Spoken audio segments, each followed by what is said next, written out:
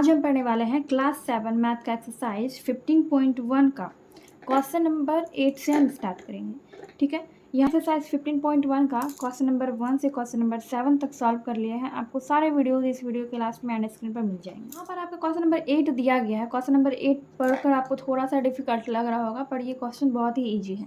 Question number 8 में कह रहा है कि एक तार आयत के आकार का है और इसकी लंबाई 50 मीटर और चौड़ाई 30 मीटर है। यदि उसी तार को दोबारा मोड़कर एक वर्ग बनाया जाता है तो प्रत्येक भुजा की माप क्या होगी?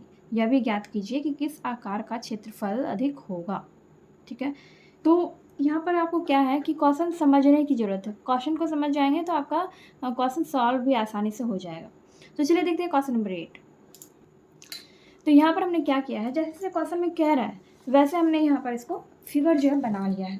ठीक है, क्वेश्चन में ये कह रहा था आपको, क्वेश्चन में ये कह रहा था कि एक तार जो है वो आयत के आकार का है और जिसकी लंबाई 50 सेंटीमीटर है और चौड़ाई 30 सेंटीमीटर है। तो हमने यहाँ पर क्या किया, एक आयत बना लिया और इसकी लंबाई हमने दे दिया 50 और चौड़ाई 30 सेंटीमीटर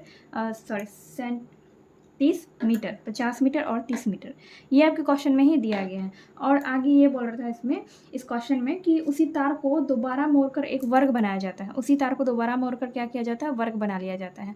तो अब इस वर्ग का आपको यहाँ पर इस क्वेश्चन में पूछ रहा है कि इसका प्रत्येक भुजा का माप बताइए। और दूसरा क्वेश्चन इसी में है कि यह भी ज्ञात कीजिए कि किस आकार का क्षेत्रफल अधिक होगा। तो इसका मतलब यहाँ पर यह है कि पहले हम इसका क्षेत्रफल निकालेंगे और इसका भी क्षेत्रफल निकालेंगे। दोनों का हमें क्षेत्रफल निकालना होगा, तभी हम बता सकते हैं कि इन दोनों में से किसका क्षेत्रफल अधिक होगा। लेकिन पहला हमें क्या करना है, क्वेश्चन में क्या कह रहा है कि इस ये जो वर्ग यहाँ पर दिया गया है, मतलब तार जो है आयत के आकार का है, उसको दोबारा मोड़ कर वर्ग बनाया जाता है। तो इस वर्ग का आप भुजा बताइए। एक भुजा का माप हमें पता चल जाएगा। तो हम लोग जानते हैं कि वर्ग का चार भुजा जो है वो बराबर होता है।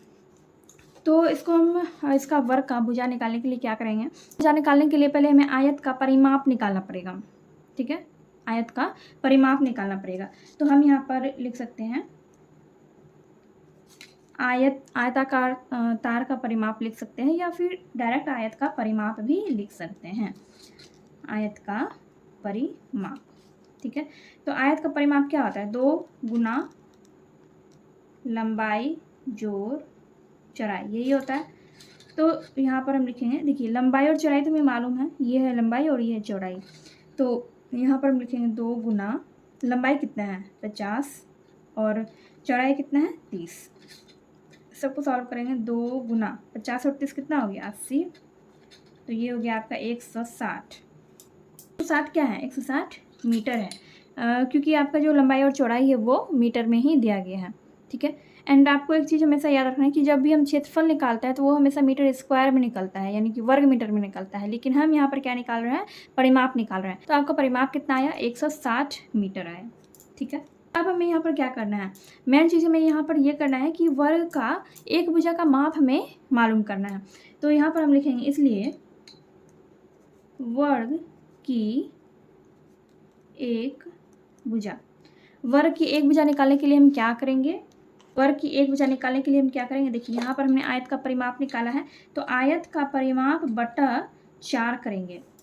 अब देखिए वर्ग में 4 भुजा होता है, तो वर्ग का एक भुजा निकालने के लिए हम क्या करेंगे, आयत का परिमाप जो हमने यहाँ पर निकाला है 160, तो 160 बटा 4 करेंगे। तो यहाँ पर इसको हम कटा देंगे, 4 चौकी 16, तो ये हो गया आपका 40। 40 क्या निकला आपका, 40 मीटर। तो वर्ग का एक भुजा में पता चल गया कि वर्ग का एक भुजा कितना है, 40 मीटर का है। ठीक है, तो ये बाकी का ये तीनों भुजा भी 40-40 मीटर का ही होगा। ठीक है, अच्छा अब हमें यहाँ पर क्या करना है, अब हमें वर्ग का क्षेत्रफल निकालना है। एक आंसर तो आपका ये हो गया।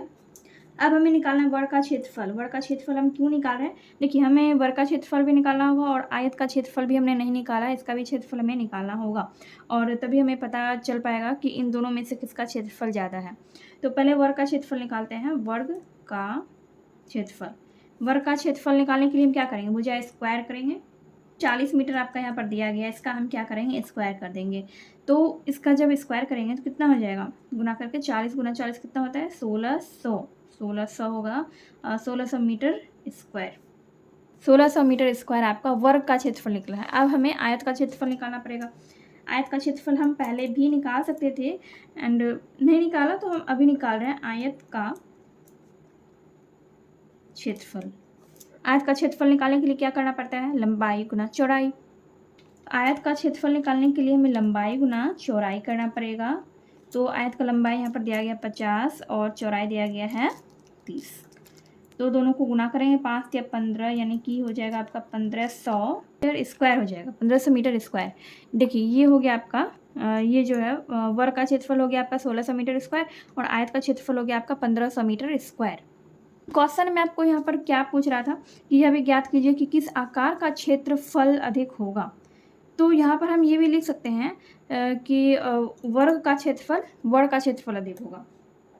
का क्षेत्रफल अधिक है, यहाँ पर हमें देखने से ही पता चल रहा है। ये 1600 मीटर स्क्वायर आया है और आपका आयत का क्षेत्रफल आया है 1500 मीटर स्क्वायर। तो कितना अधिक होगा ये नहीं पूछ रहा है। अगर आपको ये भी पूछता तो आप क्या कर सकते थे, वर्ग के क्षेत्रफल में से आयत के क्षेत्रफल को माइनस कर सकते थे। तो यहाँ पर ये नहीं पूछ रहा है कि कितना अधिक होगा, यहाँ पर बस ये पूछ रहा है कि यह भी ज्ञात कीजिए कि किस आकार का क्षेत्रफल अधिक होगा। तो यहाँ पर आप लिख सकते हैं लास्ट में कि वर्ग का क्षेत्रफल अधिक होगा या फिर वर्गाकार भाग का क्षेत्रफल अधिक होगा। और हम क्या लिखेंगे, वर्ग का क्षेत्रफल अधिक होगा। ठीक है, वर्ग का क्षेत्रफल अधिक होगा। तो हमने यहाँ पर भुजा भी निकाल लिया है। वर्ग का एक भुजा में निकालना था, तो ये तीनों भुजा भी उतना ही होगा। देखिए एक भुजा जब 40 सेंटीमीटर का है, 40 मीटर का है, तो बाकी का ये तीनों भुजा भी 40 मीटर का ही होगा। ये तो आपको पता ही होगा कि वर्ग का चारों भुजा बराबर होता है।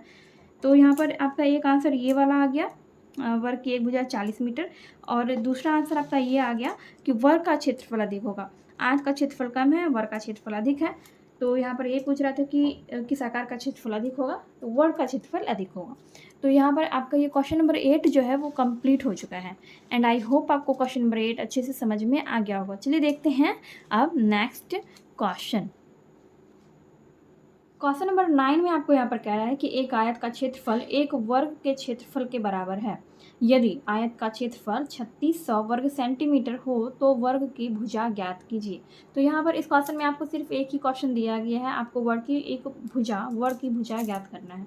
ठीक है, और जैसा कि हमें पता ही है कि वर्ग की सिर्फ एक ही भुजा में ज्ञात करनी होती है, क्योंकि वर्ग के चारों भुजाएं बराबर होते हैं। यहाँ पर भी आपको क्वेश्चन को थोड़ा सा समझना है। यहाँ पर कह रहे हैं कि आयत का क्षेत्रफल जो है वो वर्ग के क्षेत्रफल के बराबर है, यानी कि आयत का क्षेत्रफल और वर्ग का क्षेत्रफल बराबर है।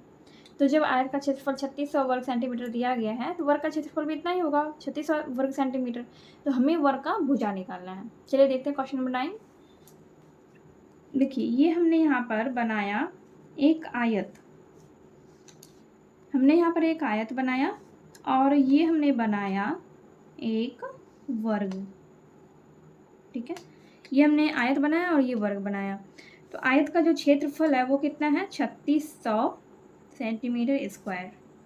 और क्वेश्चन में क्या कह रहा है कि आयत के क्षेत्रफल के बराबर ही है वर्ग का क्षेत्रफल। दोनों का क्षेत्रफल क्या है, बराबर है। ठीक है, दोनों का क्षेत्रफल बराबर है, आयत का क्षेत्रफल वर्ग के क्षेत्रफल के बराबर है। हमें निकालना क्या है, हमें वर्ग का भुजा निकालना है, वर्ग का भुजा निकालना है। तो जब यहाँ पर वर्ग का क्षेत्रफल दिया गया है 3600 वर्ग सेंटीमीटर, कितना दिया गया, 3600 वर्ग सेंटीमीटर। यहाँ पर हम लिख सकते हैं वर्ग का क्षेत्रफल बराबर 3600 वर्ग सेंटीमीटर या फिर सेंटीमीटर स्क्वायर। ठीक है, और हमें निकालना है क्या, वर्ग की भुजा। वर्ग की एक भुजा में निकालना है, एक भुजा में मालूम हो जाएगा तो बाकी का तीनों भुजा भी उतना ही होगा। ये जो 3600 है, 3600 क्या है, सेंटीमीटर स्क्वायर है, इस पर हम क्या करेंगे, रूट दे देंगे। तो ये जो स्क्वायर है ये हट गया, इसके बदले में हमने क्या दे दिया, यहाँ पे रूट दे दिया इसके ऊपर। और ये अब क्या बन गया, ये बन गया सिर्फ सेंटीमीटर, क्योंकि हमने इसका स्क्वायर जो हटा दिया, इसके ऊपर हमने रूट चढ़ा दिया है। तो जब हम 3600 का वर्ग करेंगे तो कितना होगा, वर्ग करने पे हो जाएगा 60 कैसे होगा, अब देखिए 60 गुना 60 करेंगे कितना होगा, 3600 हो जाएगा। तो इसका हमने वर्गमूल ही निकाला है, यहाँ पे आपका आया 60 सेंटीमीटर। तो इसका आंसर जो है क्वेश्चन नंबर 9 का आंसर हो गया आपका 60 सेंटीमीटर। वर्ग की एक भुजा हमें मालूम हो गया 60 सेंटीमीटर। तो ये क्वेश्चन आई थिंक बहुत आसान था। क्वेश्चन नंबर 9 आपका यहाँ पर कंप्लीट हो चुका है। क्वेश्चन नंबर 9 कंप्लीट हो गया। एंड चलिए अब देखते हैं क्वेश्चन नंबर 10। क्वेश्चन नंबर 10 में कह रहा है कि एक वर्ग का क्षेत्रफल ज्ञात कीजिए जिसका घेरा उस आयत के घेरे के बराबर है जिसकी लंबाई 60 मीटर है तथा लंबाई उसकी चौड़ाई की 3 गुनी है। ठीक है, देखिए यहाँ जो घेरा कह रहा है, घेरा का मतलब यहाँ पर आप लोग क्या समझिएगा, परिमाप समझिएगा। ठीक है, घेरा का मतलब समझिएगा परिमाप, घेरा उसी को कहा गया है, परिमाप कोई घेरा यहाँ पर कहा गया है। तो चलिए देखते हैं हम क्वेश्चन नंबर 10। देखिए एक आयत है, ठीक है, हमने यहाँ पर बनाया एक आयत, एक आयत हमने बनाया। यहाँ पर क्या है कि एक वर्ग का क्षेत्रफल ज्ञात कीजिए जिसका घेरा उस आयत के घेरे के बराबर है जिसकी लंबाई, किसकी लंबाई, आयत की लंबाई, आयत की लंबाई कितना दिया गया है यहाँ पर 60 मीटर दिया गया है। और यहाँ पर यह कह रहा है कि लंबाई उसकी चौड़ाई की 3 गुनी है। ये जो लंबाई है, आयत का जो लंबाई है इसके चौड़ाई के 3 गुना है। आयत का जो लंबाई यहाँ पर दिया गया है इसके चौड़ाई का 3 गुना है।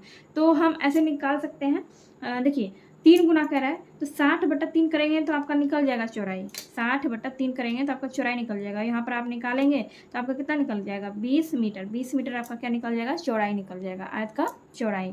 ठीक है, देखिए 20 गुना 3 करेंगे तो 60 होगा, तो ये कितना हो गया, मतलब ये जो लंबाई है ये आयत की चौड़ाई का 3 गुना हो गया। तो हमें इसका आयत का जो है लंबाई और चौड़ाई दोनों पता चल गया, दोनों पता चल गया।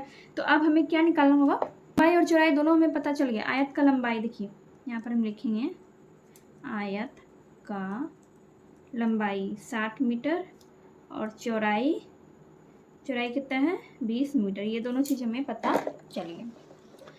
तो जैसे जैसे प्रश्न में कह रहा है वैसे हम करेंगे प्रश्न से। प्रश्न में आपको ये यहाँ पर कह रहा है कि एक वर्ग का क्षेत्रफल ज्ञात कीजिए जिसका घेरा, यानी कि वर्ग का घेरा यानी कि परिमाप, वर्ग का परिमाप आयत के परिमाप के बराबर है। तो हम यहाँ पर लिखेंगे जैसे प्रश्न कह रहा है वैसे ही हम लिखेंगे, वर्ग का परिमाप, परिमाप या फिर घेरा लिख सकते हैं, बराबर आयत का परिमाप, आयत का परिमाप। अब दोनों का फॉर्मूला हम लगा देंगे। वर्ग का परिमाप का क्या फॉर्मूला होता है, वर्ग का परिमाप का फॉर्मूला होता है 4 गुना भुजा, 4 गुना भुजा, ये वर्ग का परिमाप निकालने का फॉर्मूला होता है। और आयत का परिमाप निकालने का फॉर्मूला आता है 2 गुना लंबाई जोड़ चौड़ाई, ये आयत का परिमाप निकालने का फॉर्मूला होता है।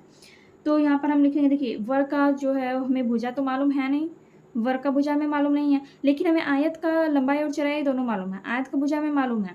ठीक है, वर्ग का अगर एक भुजा पता चल जाता है तो बाकी का तीनों भुजा भी उतना ही होता है, क्योंकि वर्ग का चारों भुजा जो है वो बराबर होता है। तो हमें वर्ग का भुजा मालूम नहीं है, तो हम यहाँ पर यही चीज़ लिखेंगे, जो लिखा हुआ है वही हम लिखेंगे, 4 गुना भुजा। और आयत का परिमाप निकालने के लिए हम यहाँ पर लिखेंगे 2 गुना लंबाई, कितना है, लंबाई यहाँ पर दिया गया है आपका 60 मीटर और चौड़ाई है 20 मीटर।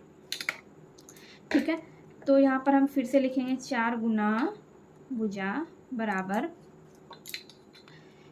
यहाँ पर लिखेंगे 2 गुना 60 और 20 कितना हो गया 80, तो यहाँ पर हम लिख देंगे 8 दूनी 16 160, 160। और यहाँ पर लिखेंगे 4 गुना भुजा, 4 गुना भुजा। तो भुजा निकालना है, वर्ग का भुजा अब निकल जाएगा आराम से। अब यहाँ पर हम लिखेंगे 160/4, कैसे लिखा, देखिए भुजा, भुजा जो है ये इसी साइड रह जाएगा और ये जो 4 जो है ये गुना में है, इसको हम बराबर की साइड ले जाएंगे तो ये क्या बन जाएगा, भाग बन जाएगा, भाग में बन जाएगा। और इसको हम कटा देंगे, 4 चौके 16 यानी कि 40 मीटर, 40 मीटर आपका क्या निकल गया, वर्ग का एक भुजा निकल गया।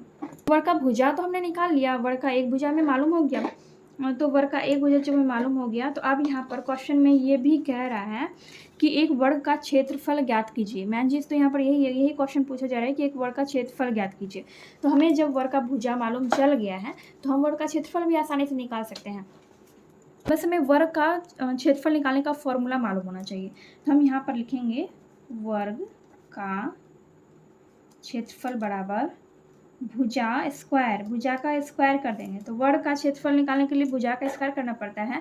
तो वर्ग का भुजा तो हमें मालूम चल ही गया है, 40 मीटर निकला है भुजा, तो 40 मीटर का हम क्या करेंगे, स्क्वायर कर देंगे।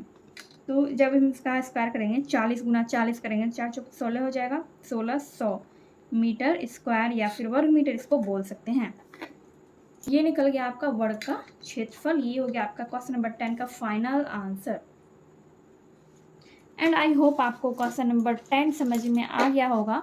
एंड अगर कहीं पर भी कोई डाउट रहता है तो वीडियो को एक बार फिर से रिपीट करके देखा कीजिए, एंड आई एम श्योर कि आपको क्वेश्चन अच्छे से समझ में आ जाएगा। तो यहाँ पर आपका क्वेश्चन नंबर 8, 9 एंड 10 कंप्लीट हो गया है। नेक्स्ट वीडियो में हम नेक्स्ट क्वेश्चन पढ़ेंगे। एंड ये वीडियो आपको थोड़ी सी भी हेल्पफुल लगी हो तो प्लीज़ वीडियो को लाइक कीजिए, कमेंट कीजिए एंड अपने दोस्तों के साथ ज़्यादा से ज़्यादा शेयर कीजिए। चलिए मिलते हैं नेक्स्ट वीडियो में।